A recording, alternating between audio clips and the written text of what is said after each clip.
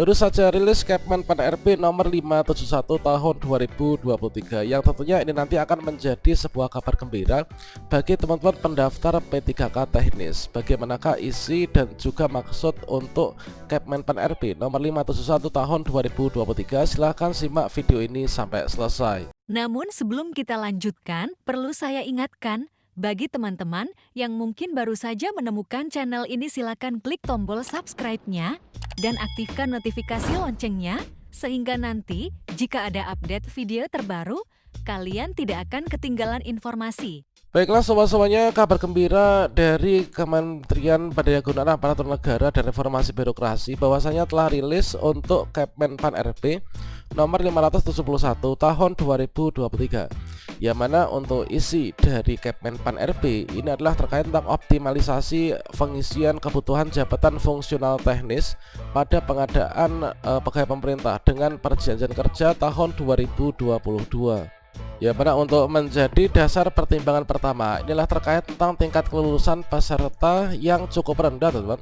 Kemudian juga dilakukan berbagai macam evaluasi, kemudian juga untuk mendukung kelancaran pelaksanaan tugas dan pelayanan pemerintah kepada masyarakat. Kemudian juga dari pertimbangan sebagaimana dimaksud tersebut, maka ditetapkanlah yaitu di sini untuk keputusannya, yaitu keputusan Menteri Pendidikan Aparatur Negara dan Reformasi Birokrasi tentang optimalisasi pengisian kebutuhan jabatan fungsional teknis pada seleksi pegawai pemerintah dengan perjanjian kerja tahun anggaran 2022. Yang mana di sini adalah untuk poin yang pertama dari Kepmen Pan RB ini adalah optimalisasi pengisian kebutuhan jabatan fungsional teknis pada pengadaan P3K tahun 2022 dilakukan terhadap jabatan yang belum terpenuhi kebutuhannya, teman-teman. Kemudian untuk yang kedua, optimalisasi pengisian kebutuhan jabatan sebagaimana dimaksud pada diktum pertama, yaitu yang belum terpenuhi, itu dilakukan berdasarkan reformulasi nilai ambang batas seleksi kompetensi teknis dari hasil seleksi pengadaan di tahun 2022. Dan selanjutnya untuk yang ketiga, reformulasi nilai ambang batas seleksi kompetensi teknis sebagaimana dimaksud pada diktum kedua itu ditetapkan berdasarkan nilai yang paling rendah ya pada jabatan yang sama yang formasinya ini belum terpenuhi. Kemudian untuk diktum yang keempat yaitu optimalisasi pengisian kebutuhan jabatan sebagaimana dimaksud pada diktum ke-1 itu dilakukan bagi dua kategori. Yang pertama yaitu peserta yang berasal dari XTHK2 dan juga dari teman-teman peserta non ASN, teman-teman. Ini jadi adalah nanti yang dimaksudkan pada reformulasi ini adalah untuk kedua ini. Nah selanjutnya kelima yaitu peserta XTHK2 itulah sebagaimana dimaksud pada diktum keempat, itu merupakan XTHK2 yang terdaftar dalam pangkalan data atau database THK2 pada Badan Kepegawaian Negara, kemudian melamar pada instansi pemerintah yang sama atau berbeda dengan tempat bekerja saat mendaftar, teman. Jadi ini adalah untuk kriteria XTHK2 adalah seperti ini dari pelamarannya. Kemudian yang keenam yaitu untuk peserta non ASN sebagaimana dimaksud pada diktum keempat itulah peserta di luar XTHK2. Artinya selain XTHK2 ya, yang memiliki riwayat kerja terakhir di instansi pemerintah yang dilamarnya pada seleksi P3K teknis tahun 2022. Dan selanjutnya untuk yang ketujuh yaitu peserta non ASN sebagaimana yang dimaksud pada diktum ke-6 yaitu non ASN itu dibuktikan dengan surat keterangan pengalaman kerja, teman. Jadi inilah dibuktikan dengan surat keterangan pengalaman kerja yang ditandatangani oleh pejabat pimpinan tinggi pratama atau pimpinan satuan kerja pada instansi pemerintah tempat pelamar ini bekerja yang telah diunggah melalui akun SSCASN-nya saat pelamaran pada pengadaan P3K teknis tahun 2022. Kemudian yang kedelapan, optimalisasi pengisian kebutuhan jabatan sebagaimana dimaksud diktum ke-1 itu diperlakukan terlebih dahulu adalah bagi XTHK2 yang memenuhi reformulasi nilai ambang batas, teman, dari seleksi kompetensi teknis dengan peringkat yang terbaik. Dan selanjutnya untuk yang ke-9, dalam hal jika masih terdapat kebutuhan yang belum terpenuhi setelah diktum ke-8 ini diterapkan, maka kebutuhan tersebut ini adalah diisi oleh peserta non ASN yang memenuhi reformulasi nilai ambang batas seleksi kompetensi teknis dengan peringkat yang terbaik. Dan selanjutnya untuk diktum yang ke-10, yaitu bagi jabatan fungsional dosen, ketentuan optimalisasi pengisian kebutuhan jabatan sebagaimana dimaksud diktum ke-8 dan diktum ke-9.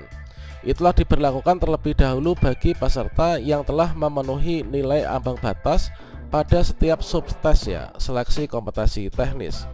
Kemudian untuk yang ke-11, yaitu jika peserta ini adalah memiliki nilai akhir yang sama, maka untuk penentuan pengisian kebutuhan ini adalah secara berurutan.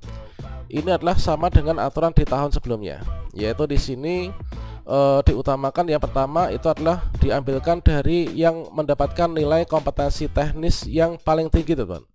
Kemudian jika masih sama lagi ya, jika masih sama maka nanti akan diurutkan, yaitu diambil nilai tertinggi. Penentuannya adalah didasarkan dari nilai kumulatif kompetensi manajerial dan juga sosiokultural yang paling tinggi. Kalau misalkan masih sama lagi, ini nanti akan diambilkan dari nilai wawancara yang paling tinggi. Kalau misalkan dari teknis, kemudian dari meneso, kemudian dari wawancara ini masih sama, maka di sini nanti akan diambil yaitu dengan usia ya, yang usianya inilah paling tinggi. Jadi untuk menentukan nanti siapa yang mengisi, maka di sinilah untuk nanti perankingannya adalah seperti itu. Nah, kemudian di sini untuk yang diktum ke-12, yang mana untuk dalam hal terdapat kebutuhan jabatan yang masih belum terpenuhi pada instansi daerah setelah dilakukan penentuan kelulusan akhir sebagaimana dimaksud pada diktum yang ke-11 tadi, peserta sebagaimana dimaksud dalam diktum ke-5 dan juga ke-6 dalam mengisi kebutuhan pada jabatan dengan kualifikasi pendidikan yang sama dari unit penempatan atau lokasi kebutuhan yang berbeda dalam satu instansi yang sama, nah serta memenuhi reformulasi nilai pembatas seleksi kompetensi teknis dengan peringkat yang terbaik ya, dengan terlebih dahulu yaitu diberlakukan bagi teman-teman yang XTHK2.